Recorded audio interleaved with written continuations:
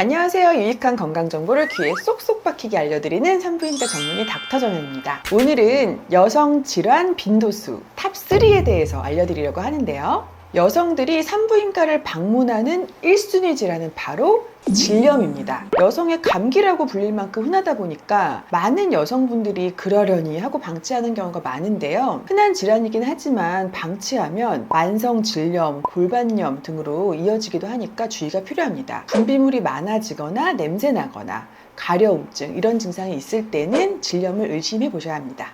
질염의 종류가 세균성 질염, 칸디다성 질염, 트리코모나스 질염, 위축성 질염 이렇게 많아요. 그래서 증상과 치료에 대한 내용들은 여기서 다루기 너무 많으니까 자세한 내용은 제가 이전에 올려드렸던 이 영상을 참고하시면 좋겠습니다.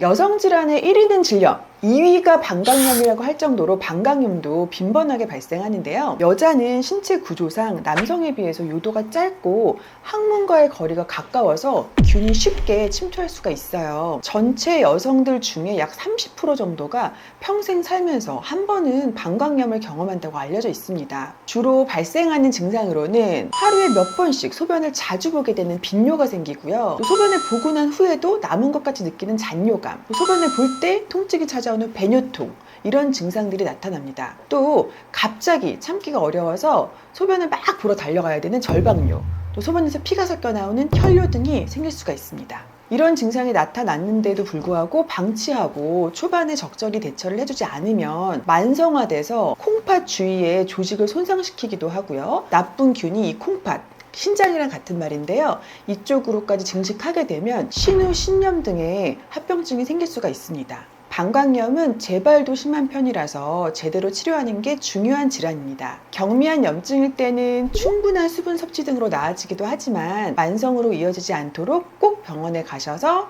진찰을 받고 치료받으시길 권해드립니다.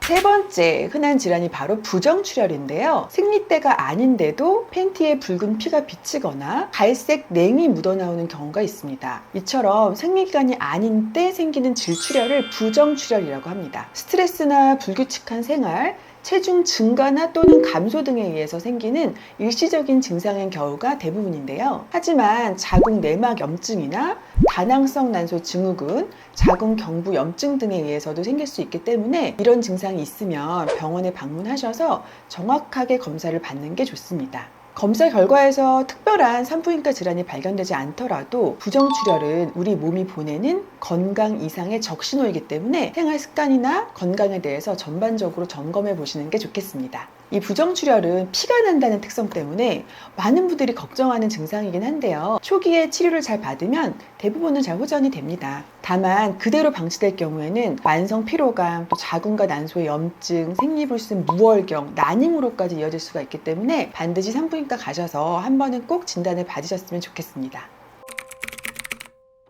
요실금과는 증상에 어떤 차이점이 존재하나요?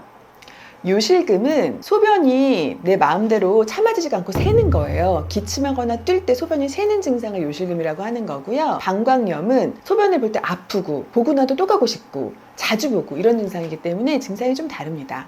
생리가 불규칙한 사람들은 부정출혈과 어떻게 구분을 하나요? 생리 첫날부터 다음 생리 첫날까지 이 주기가 21일에서 35일까지면 정상 범주라고 볼 수가 있거든요.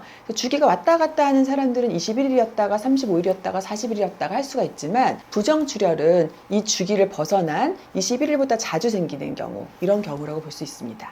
브라질리언 왁싱이랑 질염과 관계가 있을까요? 브라질리언 왁싱을 하면 모발이 다 없어지는 거잖아요. 분비물이 많거나 생리혈이 묻는 거 이런 거는 좀 줄어들 수가 있어서 냄새나거나 약간 가려운 증상은 완화되는 효과가 있습니다. 하지만 브라질리언 왁싱 후에 나중에 자랄 때 인그로인 헤어라고 하잖아요. 안쪽으로 파고들어서 모낭염을 일으키는 경우가 흔하게 나타나긴 합니다. 장단점이 있다고 볼 수가 있죠.